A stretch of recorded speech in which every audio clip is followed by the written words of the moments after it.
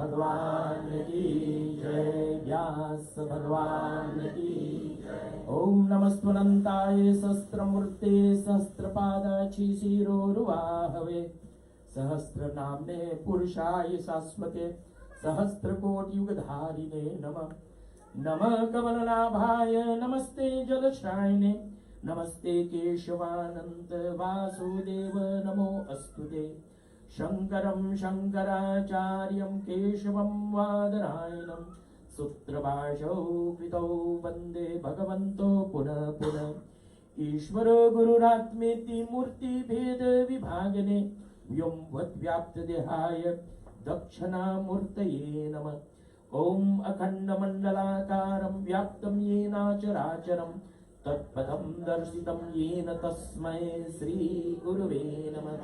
गुरुर्ब्रह्मा गुरुर्विष्णु गुरुर्देव महेश्वर गुरुर्साक्षात् परब्रह्म तस्मै श्रीगुरुवे नमः।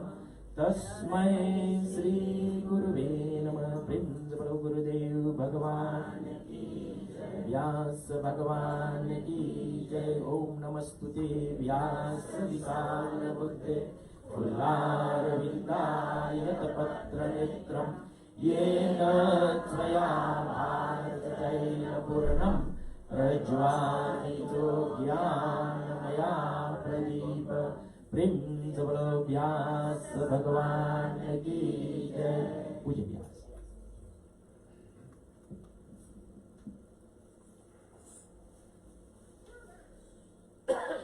हरि ओम। अखंडानंद बोधाय शिष्य संतापहारिणे सच्चिदानंद रूपाय तस्मै श्री गुरवे नमः। लोकाभिरामं रणरङ्गधीरं राजीवनेत्रं रघुवंशनाथं कारुण्यरूपं करुणाकरन्तं श्रीरामचन्द्रं शरणं प्रपद्ये। व्यासं वसिष्ठं च नपतारं शक्ते पौत्रमकल्मषं पराशरात्मजं वन्दे शुकतातं तपोनिधिम्। खड्गं चक्रगदेषु चापपरिघान् शूलं भुशुण्डीं शिरः शङ्खं सन्दधतीं करैस्त्रिनयनां सर्वाङ्गभूषावृतां नीलाश्मद्युतिमास्य पाददशकां सेवे महाकालिकां। यामस्तौत्स्वपिते हरौ कमलजो हन्तुं मधुं कैटभम्। अक्षस्रगपरशुं गदेषु कुलिशं पद्मं धनुष्कुण्डिकां दण्डं शक्तिमसिं च चर्मजलजं घण्टां सुराभाजनम्। शूलं पाशसुदर्शने च दधतीं हस्तैः प्रसन्नाननां सेवे सैरिवमर्दिनीमिह महालक्ष्मीं सरोजस्थिताम्। घण्टाशूलहलानि शङ्खमुसले चक्रं धनुस्सायकम् हस्ताब्जैर्दधतीं घनान्तविलसच्छीतांशुतुल्यप्रभां। गौरीदेहसमुद्भवां त्रिजगदामाधारभूतां महां पूर्वामत्र सरस्वतीमनुभजे शुम्भादिदैत्यालदिनीम्।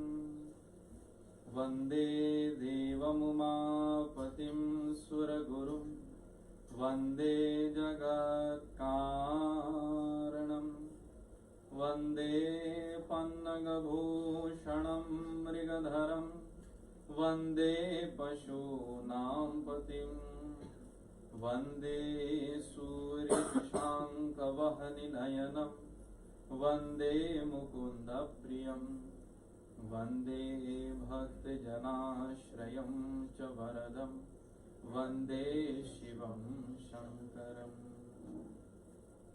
बुद्धिहीन तनुजानिके सुमिरो पवन कुमार बल विद्या देहु मोहि हरहु कलेश विकार सियापति रामचंद्र की जय। शरण भगवान भगवती श्री सच्चिदानंद स्वरूपिणी जगत जननी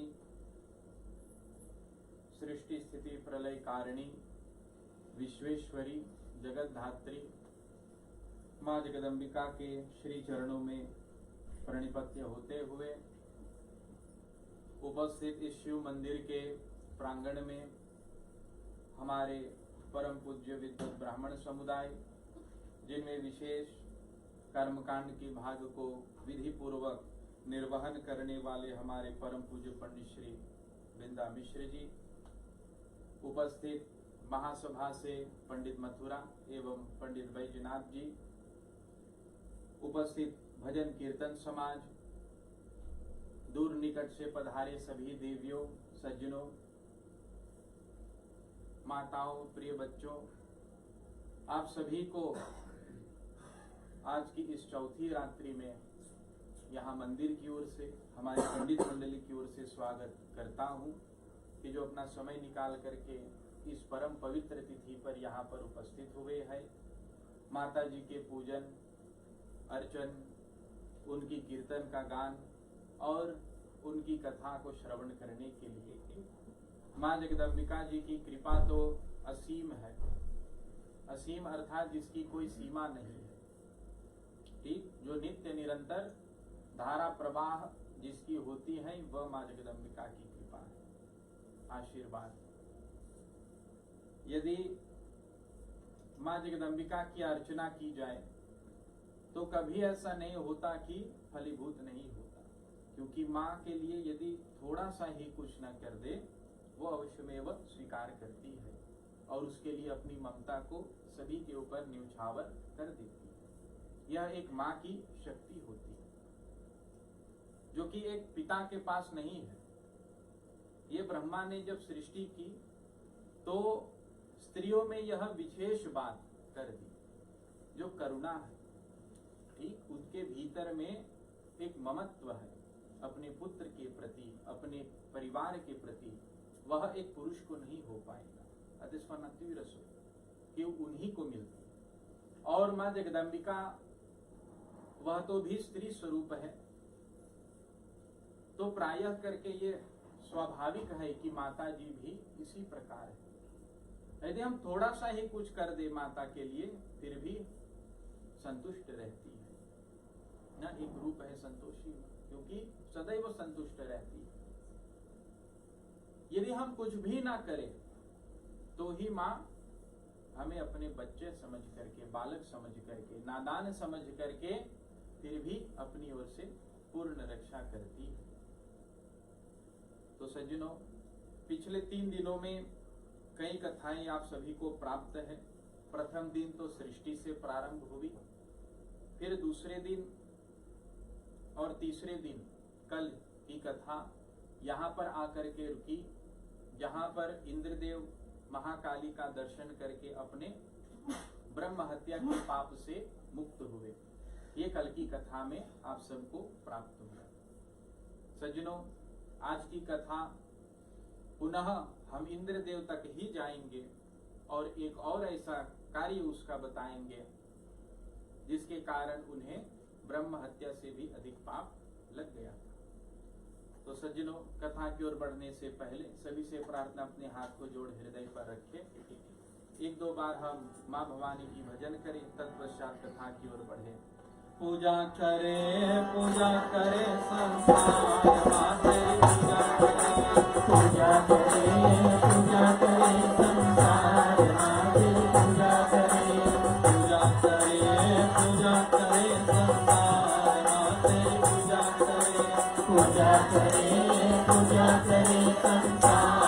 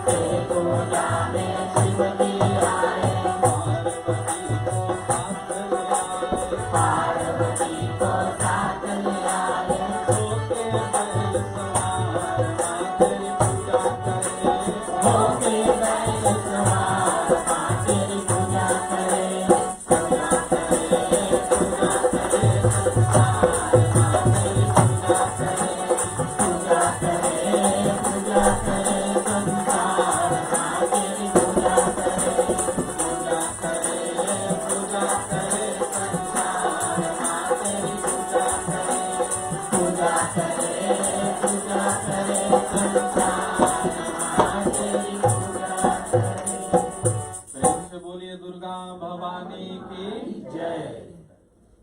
तो सज्जनों,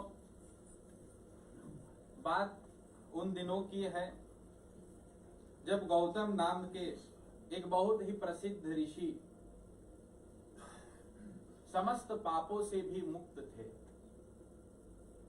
उनके जीवन में कोई भी प्रकार के पाप नहीं था।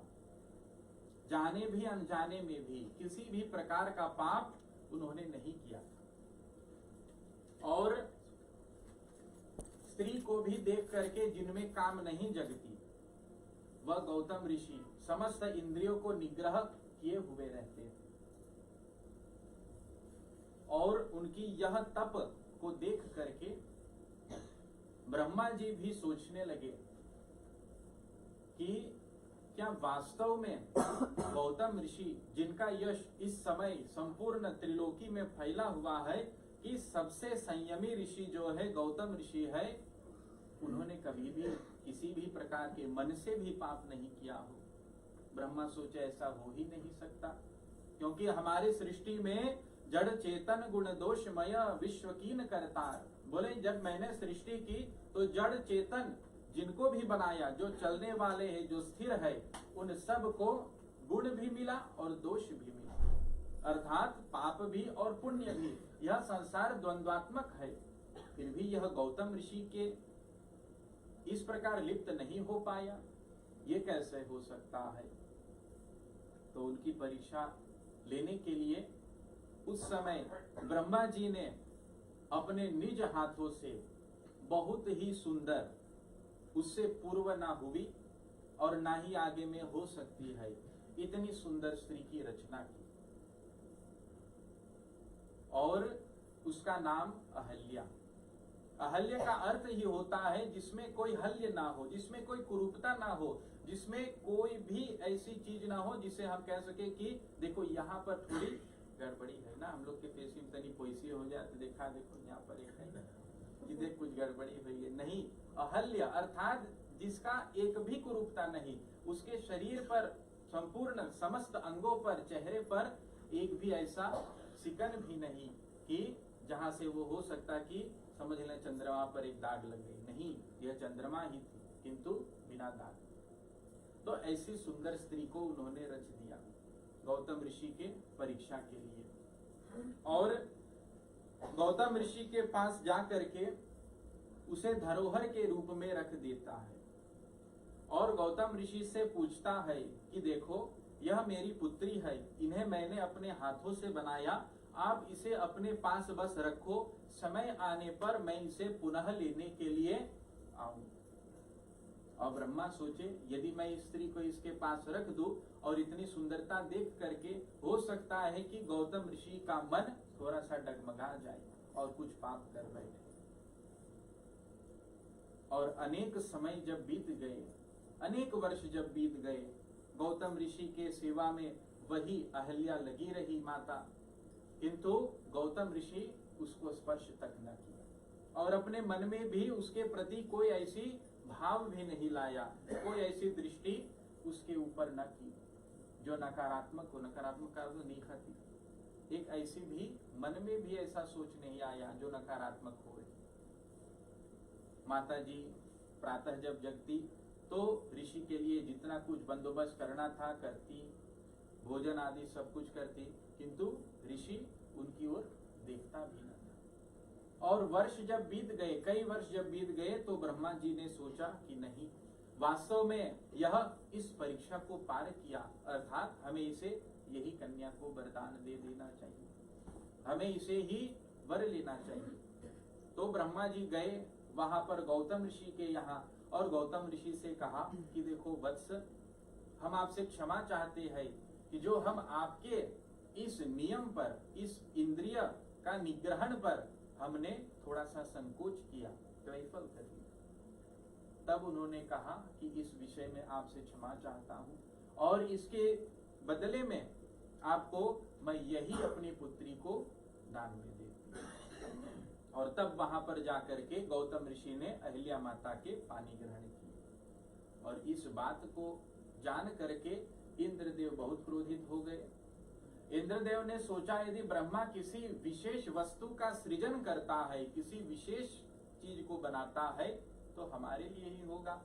हम तो स्वर्ग के राजा है, स्वर्ग के देवता है, हमें छोड़ करके गौतम ऋषि को दे दिया।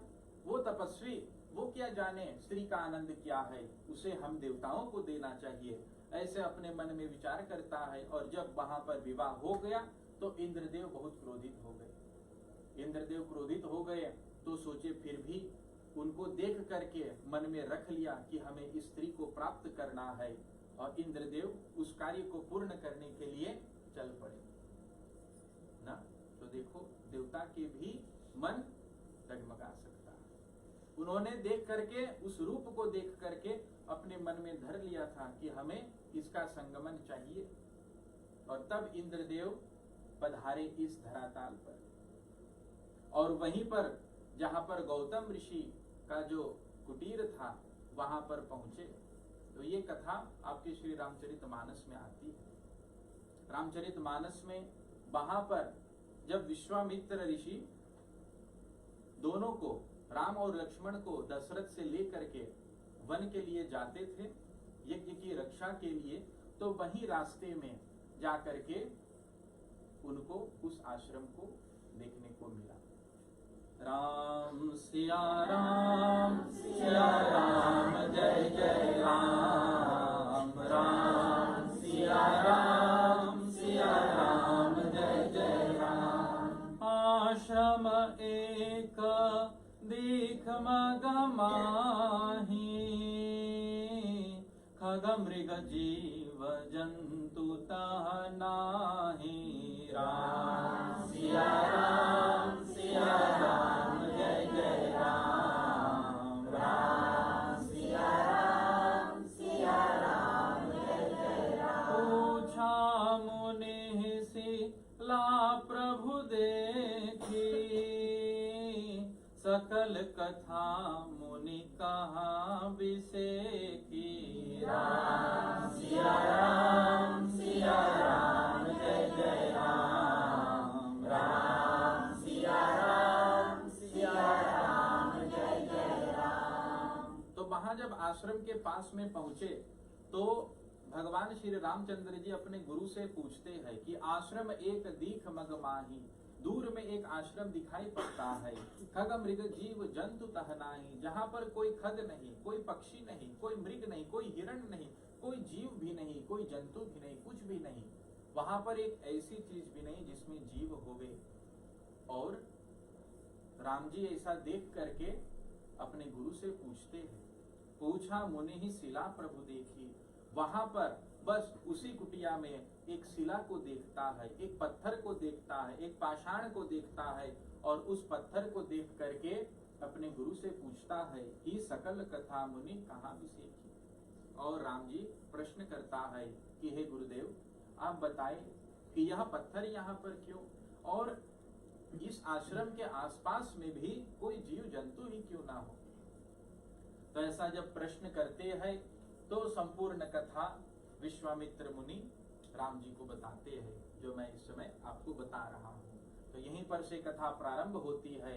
और तब गौतम ऋषि, एक समय की बात है, जब एक प्रातः काल लगभग 4 बजे ब्रह्म मुहूर्त में अपने आश्रम से निकल करके गए गंगा के किनारे, वहां पर स्नान करने के लिए और संध्या करने के लिए। तो अहिल्या माता सब कुछ बिटोर करके रख देती है और गौतम ऋषि वहां से चली जाती है। जब गौतम ऋषि वहां से चले जाते हैं तो इंद्रदेव गौतम ऋषि का ही भेष बना करके वहां पर पधारता है। गौतम ऋषि का भेष धारण करके जब वहां पर आते हैं तो भीतर में रही माँ अहिल्या और गौतम ऋषि तुरंत, जब वहां से गौतम ऋषि निकल गए तो इंद्रदेव जो गौतम के स्वरूप में आया भीतर में घुस गए। और उसे देख करके तो फिर माता के भीतर में संकोच आई कि हमारे पति तो अभी भी गए, ये तुरंत ही क्यों आ गए। तो जब पूछा तो इंद्रदेव ने कहा, हम आपके पति है, हम अब संध्या नहीं करेंगे, हम अब आपके यहाँ आएंगे। ठीक। और अपने पाप विचार को लेकर के वहां पर अपना सब कुछ जो था पूर्व से सोच करके संपूर्ण किया। और जब दोनों का संगम हो गया और वहां से उस पाप को करके गौतम ऋषि का स्वरूप धारण करके इंद्रदेव जब निकलते थे तो उसी समय गौतम ऋषि लौट रहे थे। और लौटते ही समय वहां पर देखते कि इंद्रदेव तो भागे जा रहे हैं। गौतम ऋषि पहले सोचा कि वो कैसे हो सकता है कि एक और गौतम ऋषि यहाँ से निकले, गौतम तो हम है, ये कौन है। तो अपने आंख मूंद करके जब समाधि में जाकर के तुरंत अपने ज्ञान दृष्टि से देखा तो देखा कि ये तो देवराज इंद्र है। और जब वहां पर देवराज इंद्र को जाना तो तुरंत ही अपने कमंडल में से जल निकाल करके हाथ पर रख करके मंत्र बोल करके तुरंत इंद्रदेव को श्रापित कर दिया। और क्या श्राप दिया कि हे देव इंद्र, ये जो पाप आपने किया इसके लिए मैं आपको श्रापित करता हूँ कि आपका संपूर्ण शरीर, क्योंकि आप बस उसी भग के पीछे दौड़ते हो, तो आपके संपूर्ण शरीर में हजारों के हजारों भग उत्पन्न हो जाएंगे। ठीक, योनि उनके संपूर्ण शरीर उतना ही हो गया। अब इंद्रदेव वहां से फिर चल पड़े। अभी ये गौतम ऋषि जब भीतर आए तो देखते वहां पर अहिल्या माता, अब तो वे समझ गए कि कौन सा अपराध हमने कर दिया। हमारे पति तो ये है, हमने किसी और के साथ संभोग कर लिया। और वहां पर हाथ जोड़कर खड़ी हुई, दोनों आंखों में आंसू लिए हुए कांपती हुई कि अब क्या करेंगे हमारे पति। तो गौतम ऋषि तुरंत वहां पर बहुत क्रोध में आकर के कहती है कि जो आपकी बुद्धि है ये पत्थर की तरह है, इसलिए मैं आपको श्राप देता हूं कि तू पत्थर हो जाओ। और तब वहां पर माता अहिल्या पाषाण बन गई, एक पत्थर बन गई। और इस ओर इंद्रदेव गए अपने संपूर्ण शरीर में अनेक योनि को धारण किए हुए। अब सोचे कि हम इस पाप से कैसे छुटकारा प्राप्त करें। और इस वृत्तांत को लेकर के वे गए भगवान विष्णु जी के पास। विष्णु के यहाँ पहुंचे, उनकी आराधना की, उनकी स्तवन किया। सहस्र शीर्षा पुरुषः सहस्राक्षः सहस्रपाद स भूमिमं सर्वतः स्पृत्वा त्यतिष्ठत् दशांगुलम्। इस प्रकार भगवान विष्णु की आराधना की, भगवान विष्णु को प्रसन्न किया। और भगवान विष्णु जी कहे कि हे इंद्र, आपका यहाँ आना कैसे, ये आपका शरीर को क्या हो गया, आप बताओ। भगवान विष्णु को तो पता है, किंतु इस दुराचारी के मुख से सुनना चाहता है। कभी कभी होवे ना, कि लड़का जब कुछ बदमाशी करे और तनी चुटाई जा तो जे आवे मैया लगे तो मैया तो जानी बदमाशी करी सोई खाते कर की चोट खाए, फिर भी पूछे किला विक्रय मुँह से सुनी कि का भय रहा। यही बात भगवान विष्णु कहता है कि चलो हम देखें कि क्या यह सत्य कहेगा, सत्य वचन कहे। तो इंद्रदेव ने कहा, हे प्रभु आपसे क्या छिपा है, मुझसे ये अपराध हुआ है, आप तो हमें क्षमा कर देंगे, आप तो करुणा निधान है, किंतु जो गौतम ऋषि का श्राप हमारे ऊपर है आप इससे हमें छुटकारा करा दें। तो भगवान विष्णु ने कहा कि देखो ब्राह्मण है, तपस्वी है, उनका श्राप तो ब्रह्मा भी नहीं, विधाता भी नहीं और मैं भी नहीं निकाल सकता, हम कुछ नहीं कर सकते। यदि श्राप उन्होंने दे दिया तो दे दिया, अब विधान इसका पालन करेगा जो ऋषि ने श्राप दिया। अब वहां पर इंद्रदेव बहुत मायूस हो गए, तो बोले कि प्रभु तो हम क्या करें,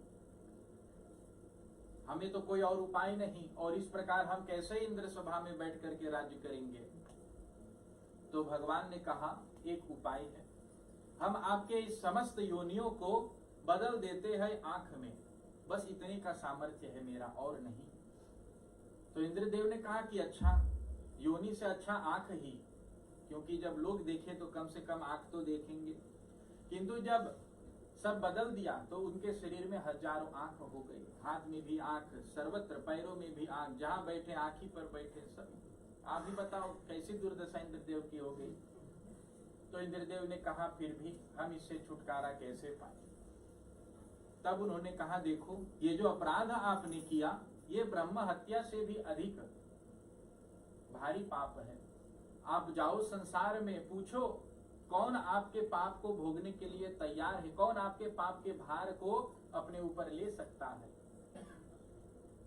तो सबसे पहले वे स्त्री के पास गए, स्त्री से निवेदन किया कि हमसे यह अपराध हुआ, क्या आप हमारे कुछ अंश मात्र में पाप हमारा कम कर सकेंगे। तो स्त्री ने कहा ठीक हो सकती है, किंतु इसके बदले में मुझे क्या प्राप्त होगा। तो भगवान विष्णु ने कहा देखो यदि स्त्री जाति इनकी पाप का एक अंश ले लेगा तो आपको संतान का प्रसव करना, उत्पादन करना, यह आशीर्वाद प्रदान हो जाएगा। और तब उसी समय से जाकर के फिर स्त्री अपने गर्भ से बच्चे उत्पन्न करने लगी। उससे पहले यज्ञ से होता था ना, चरु आदि लेकर के होम करो, पुत्र कामेष्टि यज्ञ करो और तब वहां से पुत्र मिलता था। किंतु ऐसी घटना के बाद में भगवान विष्णु जी का जब आशीर्वाद मिला तो कहा कि अब आपको वह सामर्थ्य मिलेगा कि आप पुत्र संतान उत्पादन कर सकेगी। और तब जो स्त्री है, जो माता है, वह स्वीकार किया कि ठीक है आज से हम संतान का उत्पादन अपने गर्भ से कर सकेंगे। और उसका जो दोष है, जो पाप है इंद्रदेव का, वो एक अंश में स्त्री पाती है। तो प्रति महीने में जो रजस्वला है ना, जिसे मैं श्रीवासी प्रयोग कहते हैं ना, तो वही इंद्रदेव का पाप है।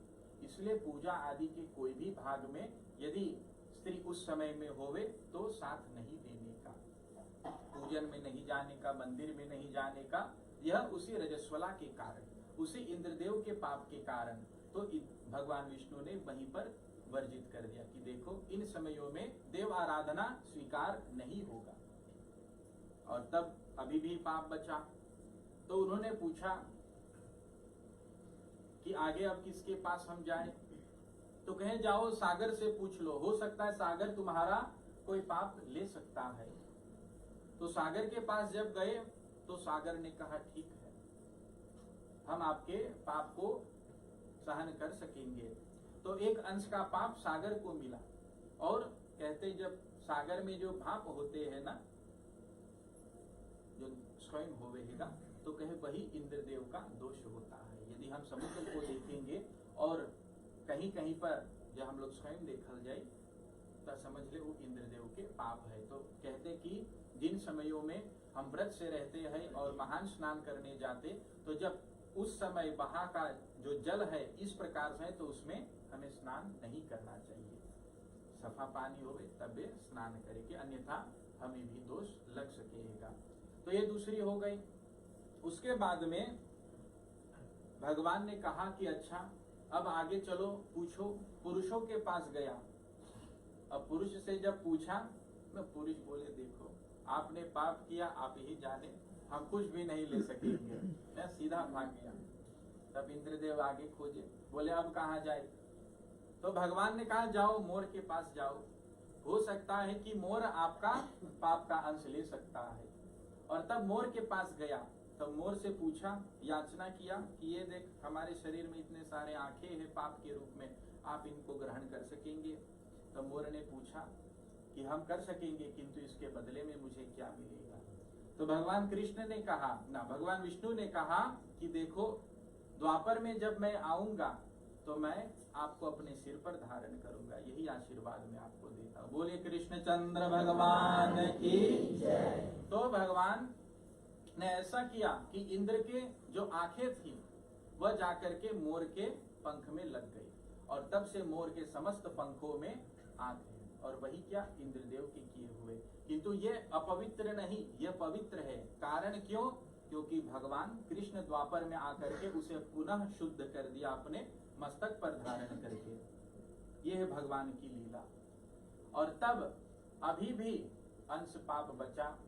अब इंद्रदेव बोले आखी बाकी कुछ चक्षु है, कुछ आंखी है, अब पे बचल देही में, ओके हम कहाँ दें? तो भगवान बोले अब जहां जहां जाइक रहा संपूर्ण प्रकृति में, उन सभी ने तो ग्रहण कर लिया।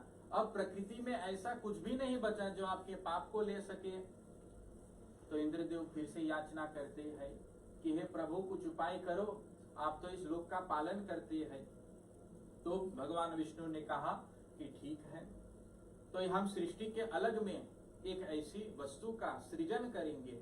तो वहां पर भगवान विष्णु ने पुनः एक ऐसा फल का सृजन किया, और बाकी जितने आंख है उसी फल में जाकर के सौंप दिया।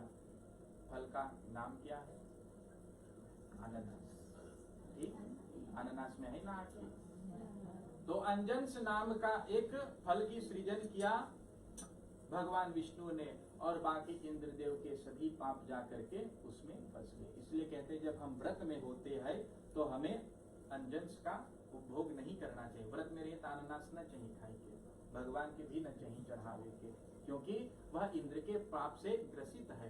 किंतु क्या करते हम देखते हैं यहाँ मंदिर में तो अनानास चुन मोई झरल रहे, चुप रह करके रह जाता हूँ, चलो कोई बात नहीं, तो भगवान इन्हें नादान समझ करके माफ कर देंगे। ठीक, तो प्रायः करके देखने को मिलता है, किंतु शास्त्रों में कहा कि इसका श्राप के कारण इसका उपभोग नहीं करना चाहिए। तो इस प्रकार से जाकर के इंद्रदेव के अनेक पाप नष्ट हुए। बहुत ही तप करना पड़ा इंद्रदेव को, और फिर पुनः अपने स्वर्ग लोक में जाकर के विराजमान हो गए। तो इंद्रदेव का पाप तो चला गया, किंतु अब माता अहिल्या का पाप बचा है।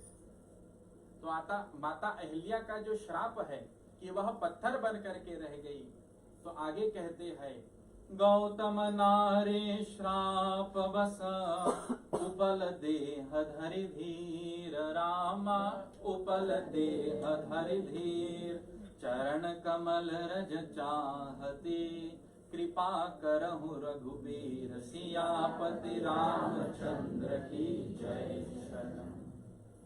यहाँ पर विश्वामित्र कहते हैं भगवान श्री राम से कि देखो संपूर्ण कथा जब बता चुके जो मैंने अभी आपको बताया, तो विश्वामित्र ऋषि कहते हैं कि हे वत्स राम, गौतम नारी जो यहाँ पर है वो श्राप के कारण एक शिला बन करके रह गई, पत्थर बन करके रह गई, और उपल देह धरि धीर, बहुत ही धीरता के साथ उपल माने वही शिला, एक पत्थर, ऐसा शरीर धारण करके रह गई।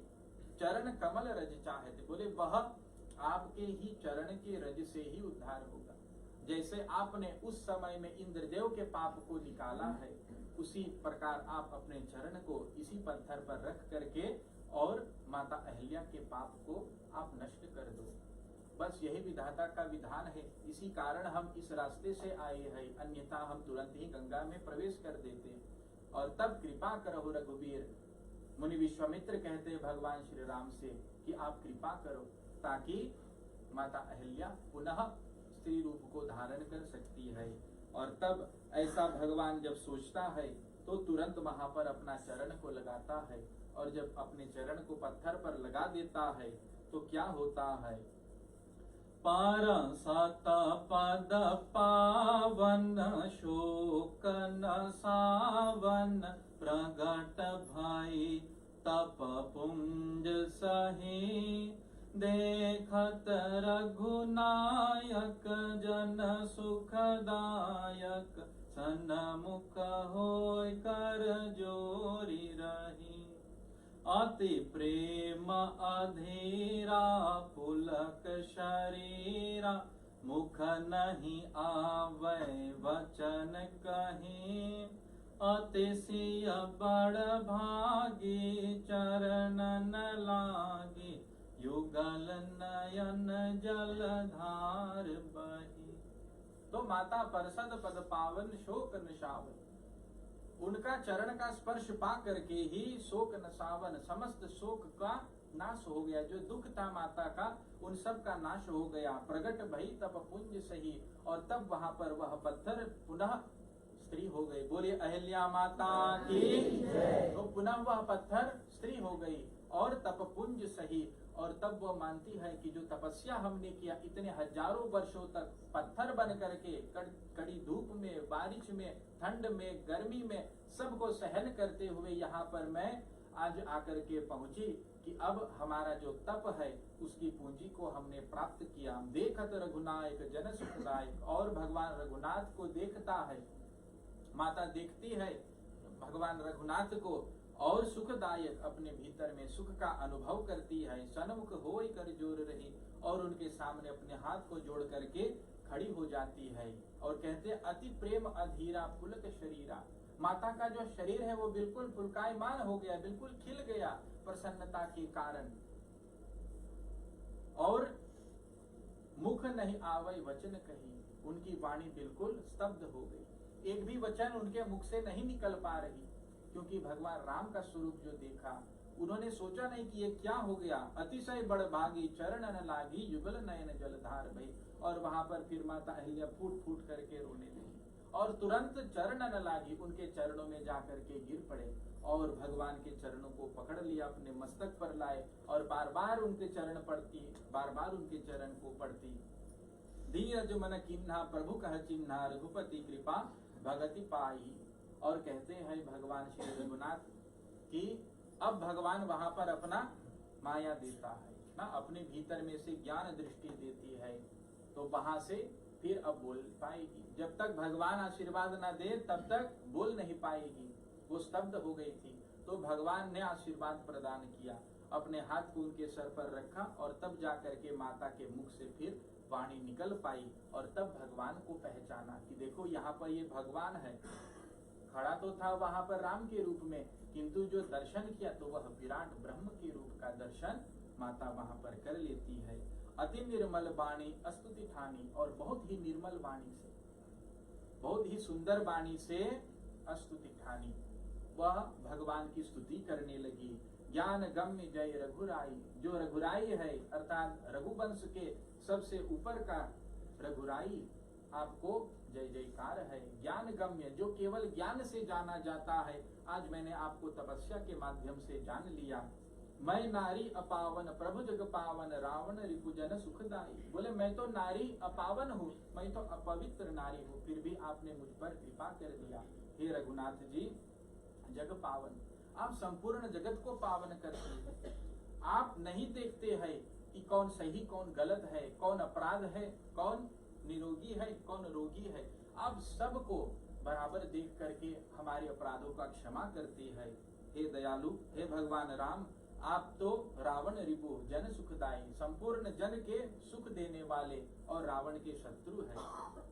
राजीव विलोचन भव भय मोचन, पाहि पाहि शरणन आई। और ऐसे बार बार अपने सिर को नवाती है, कहते कि आपके जो कमल नयन है वो भव भय का मोचन करता है। भव माने संसार, भय माने डर। इस संसार में जितने भी डर है भगवान राम जी उन सब का विमोचन करता है, उन सब का नाश करता है।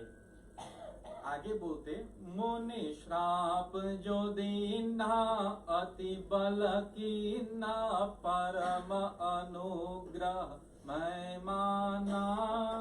देखे भरि लोचन हरि भव मोचन, इहाई लाभ शंकर जाना।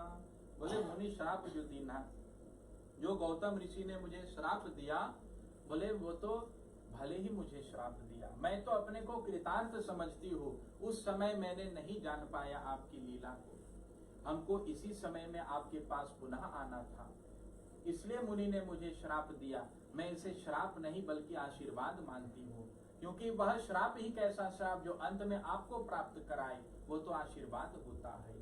इसलिए हमारे तप का जो फल है वो आपने दिया और परम अनुग्रह मैं जाना, मैं इसे कृपा माना, अपने पतिदेव की कृपा माना। देखो भरि लोचन हरि भव मोचन, अपने दोनों आंखों को भरे हुए भगवान श्री राम जी को देखती है माता अहिल्या। बिनती प्रभु मोरी मैं मति भोरी, नाथ न मांगो बर आना। पद कमल परागा रस अनुरागा, मम मन मधुप करे पाना। क्या अद्भुत है तुलसीदास की रचना, इतनी सुंदरता से उन शब्दों को चयन करके यहाँ पर रख देना, तो वो कोई महानुभाव का ही काम है। हम और आप जैसे आम व्यक्ति ऐसा नहीं कर सकेंगे। बिनती प्रभु मोरी मैं मति भोरी, नाथ न मांगो बर आना। माता कहती है कि हे प्रभु हमारी एक विनती है, मैं तो मति से बहुत भोली हूँ, हमें तो कुछ पता ही नहीं है पति की सेवा के सिवाय, मांगो वर आना। बोले और कोई भी वर मांगना भी हमें पता नहीं। अब जब जब भगवान के तप करे के बाद में भगवान दर्शन दे तो सबसे पहले वरदान मांगेंगे, किंतु माता कहती कि हम तो वरदान न मांग पाए, मैं बहुत भोली हूँ। पद कमल परागा रस अनुरागा, मम मन मधुप करे पाना। बोले मैं बस इतना ही चाहती हूँ कि पद कमल परागा, बोले पराग, पराग बोले स्टैफनील के, और मधुप करे पाना, जैसे मधुप मधुमक्खी जा करके उस पराग पर बैठ करके वहां से फूल का सब रस खींचती है अपनी ओर, उसी प्रकार से मैं आपके चरणों के मधुप बनना चाहती हूँ। पद कमल, समझ लेना कि आपके जो चरण है ये कमल के समान है, और इसमें लगे हुए नाखून समझ लेना वह पराग है, और मैं एक मधुप हूँ, मैं वही मधुमक्खी भंवरे के समान मैं आपके यहाँ ही मृडाना चाहती हूँ, और आपके ही चरणों से मैं बार बार रज और रस को पान करना चाहती हूँ। बस यही आप कृपा कर दे। जहि पद सुर सरिता परम पुनीता, प्रगट भई शिव शीस धरी। बोले जिन चरणों में से जाकर के सुर सरिता जाकर के बही, अब उन चरणों से सुर सरिता कैसी बही?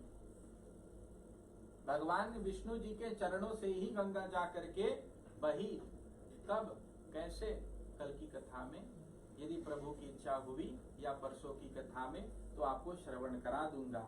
सुर सरिता बोले परम पुनीता, प्रगट बही शिव शीस धरी। और जब यहाँ धरती पर आई भी तो भगवान शंकर ने उसको अपने शीश पर धारण किया। शिव शीस धरी सोई पद पंकज जेहि पूजत, अज मम सिर धरेउ कृपाल। बोले उसी चरण की पूजा ब्रह्मा भी करते हैं, उन्हीं चरणों की ही वंदना भगवान करते हैं कि धरेउ कृपाल हरि, आप हमारे ऊपर कृपा कीजिए। यही भांति सिधारी गौतम नारी, बार बार हरि चरण परी। और बार बार भगवान को प्रणाम करते हुए इस प्रकार भगवान श्री राम की स्तुति करते हुए फिर माता जाकर के अपने पति के लोक में विराजती है। जो अति मन भावा सो बरु पावा, गए पति लोक आनंद भरी। और अपने आनंद भरी पति के लोक में गौतम ऋषि के यहाँ पुनः अपने समस्त पापों को नाश करके भगवान के दर्शन को प्राप्त करके उनके यहाँ फिर चले गए। प्रेम से बोलिए अहिल्या माता की। और देखिए यहाँ पर कथाओं में भगवान की लीला भी अपरंपार है। उन्होंने जब सृष्टि किया तो ऐसे पंच कन्या जिसे कहते हैं, जो सदैव कन्या हो, ताकि जो लोग हैं वो किसी भी प्रकार से संकोच ना करे कि कोई भी अपवित्रता उन पर छा गई। तो इन पंच कन्याओं में से अहिल्या माता भी एक थी, तारा भी, मंदोदरी भी, सीता भी, अहिल्या भी, सीता जी का भी बदनाम होना पड़ा। ठीक, किस कारण? क्योंकि इतने वर्षों तक वन में थी, एक वर्ष अंतिम वर्ष में वन में थी, अब किस स्थिति में थी किसी को नहीं पता, और इसी कारण भगवान को उसको भी त्यागना पड़ा। किंतु पंचकन्या में माता सीता का नाम आती है, अर्थात वह सदैव कन्या रहती है। द्रौपदी, उनके तो 5 पति थी, ताकि संसार उन पर कोई भी लांछन न लगाए, इसलिए उसे पंचकन्या में शामिल कर दिया कि यह तो दैविक है, ये हमारी समझ से ऊपर रहेगा। द्रौपदी के 5 पांडव थे, ठीक, 5 पति, किंतु फिर भी सदैव कन्या रही, ये कैसे हो सकता? ये भगवान की लीला है। द्रौपदी सीता तारा मंदोदरी तथा, ये है मंत्र, अहिल्या द्रौपदी सीता तारा मंदोदरी तथा, यही 5। अब अहिल्या का अभी आपने सुना, सीता माता का आप जानते हैं। अब तारा जो कि बाली की पत्नी है, वह बाली के मृत्यु उपरांत सुग्रीव की पत्नी हो गई, इसी कारण तारा को भी वहां शामिल कर दिया। और जो द्रौपदी है वह रावण की पत्नी, रावण के वध के बाद में विभीषण ने उनसे विवाह कर लिया और फिर आगे राज्य किया, ताकि इन पर हमें कोई संकोच न आए कि ये क्या हो रहा है। इसलिए भगवान ने इन्हें पंचकन्याओं में शामिल कर दिया कि इन पर कोई भी दोष नहीं, क्योंकि यह मनुष्य है ही नहीं, तो इसलिए हम इनके यहाँ पर शामिल कर देते हैं। यह है भगवान की लीला। प्रेम से बोले अहिल्या माता की, श्री रामचंद्र भगवान की।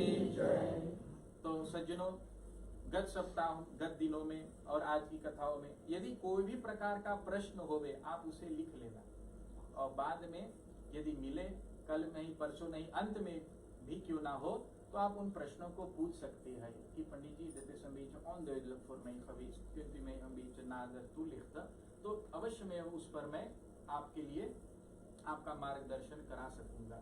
तो ऐसा ना हो कि आप कथा सुने और सोचे कि देखो यहाँ हमें त्वैफल हुई, त्वैफल, मुझे पता है इन कथाओं में त्वैफल आएगा, बहुत आएगा। कल की कथा में, परसों की कथा में, अभी और जो कथा आई, सब में अपने मित्र में त्वैफल आए। वो एक है जो ज्ञान से सुनता है और जो भक्ति से सुनता है, उनके लिए कोई भी त्वैफल नहीं। बस भगवान के नाम मिल जाए हमें कथा में सुने के, उतना ही आनंद है। इस प्रकार मैं कथा सुनता हूँ। मैं जब कथा सुनने जाता हूँ तो कुछ लेकर के आता हूँ। श्रोता बहुत होते हैं, एक सुनता है कि अगर कोशिश करी कहाँ पंडित फौत करो क्या वापस हुए, दूसरा हुए कुछ जाने खाए, और तीसरा बस भगवान के नाम यदि एक बार भी कथा में आ जाए हम कृतार्थ हो जाए, हमारी कथा के फल हमें प्राप्त हुई है। ध्वनि पर के कान में बस उतना ही काफी, वो संतुष्ट व्यक्ति होते हैं। तो आपके मन में यदि कैसा भी प्रश्न क्यों ना हो, आप अवश्य में उसे बाद में पूछ सकते हैं। पूजा करे संसार माते, पूजा करे संसार माते, पूजा करे,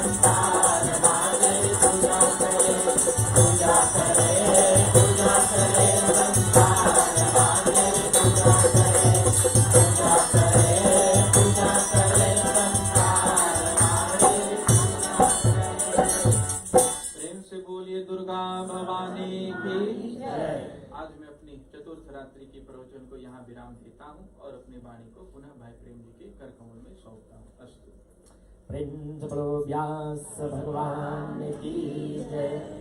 भजन हम लोग हम तो शुरुआत में आपसे कह दी कि आपके ऐसा कथा सुनी के मिली।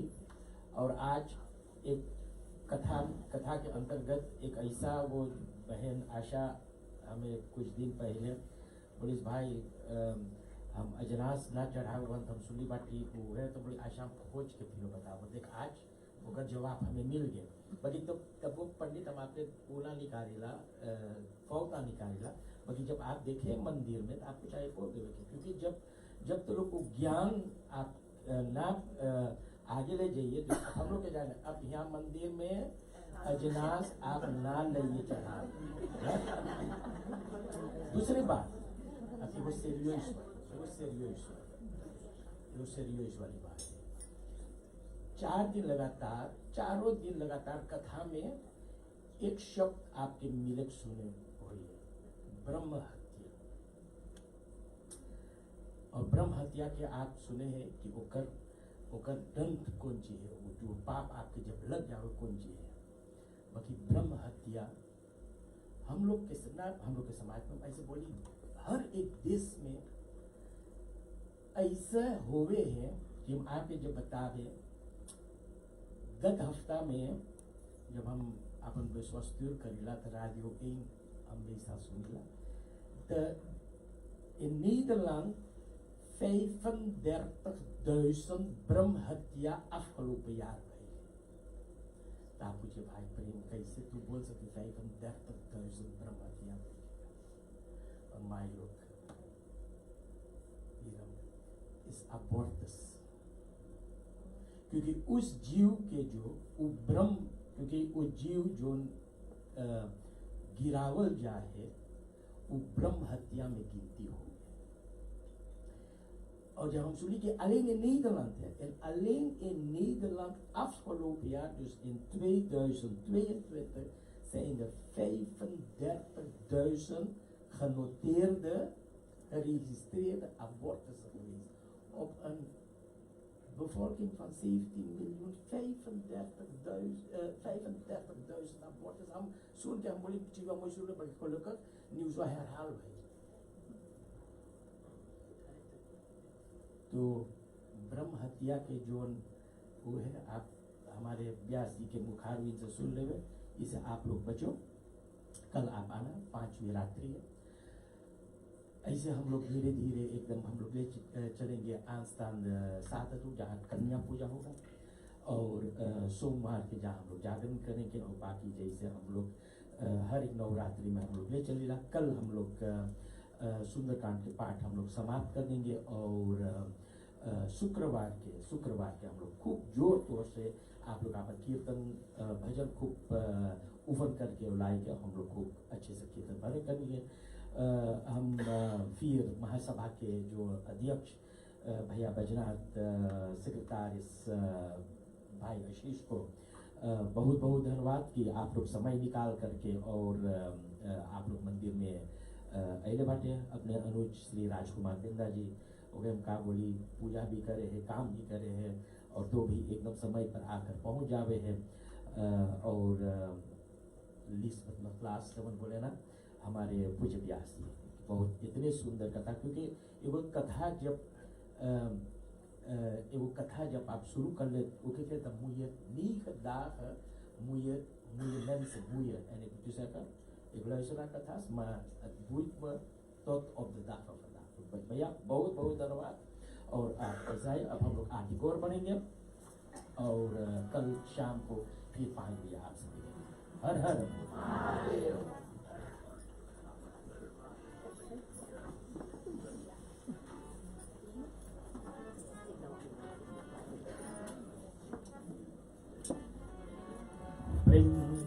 कुष्मंदा माता की जय। ओम त्र्यंबकं यजामहे सुगंधिं पुष्टिवर्धनम् उर्वारुकमेव बन्धनान् मृत्युर्मोक्षीयमामृतात्। ओम त्र्यंबकं यजामहे सुगंधिं पुष्टिवर्धनम् उर्वारुकमेव बन्धनान् मृत्युर्मोक्षीयमामृतात्। ओम त्र्यंबकं यजामहे सुगंधिं पुष्टिवर्धनम् तमेव बन्धनान् मृत्युर्मोक्षेयमामृता। ॐ नमः शिवाय। ॐ नमः शिवाय। ॐ नमः शिवाय। ॐ नमो भगवते वासुदेवाय। ॐ नमो भगवते वासुदेवाय। ॐ नमो भगवते वासुदेवाय। राधेश्याम राधेश्याम राधेश्याम जय राधेश्याम। राधेश्याम राधेश्याम राधेश्याम जय राधेश्याम। सीताराम सीताराम सीताराम जय सीताराम। सीताराम सीताराम सीताराम जय सीताराम। हम लोग ईश्वर मार्ग की आदिवासी करेंगे। जय अम्बे गौरी मैया जय आदम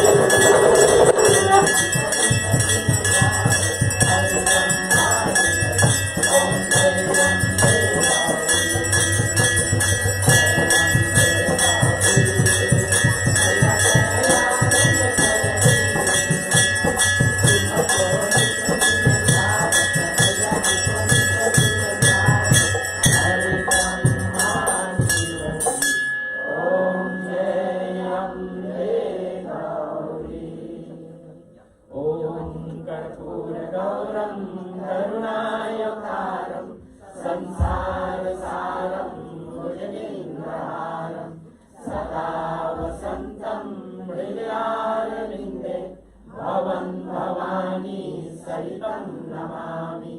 ॐ यानि कानि च पापानि जन्मान्तरकृतानि च तानि तानि विनश्यन्ति प्रदक्षिणां पदे पदे।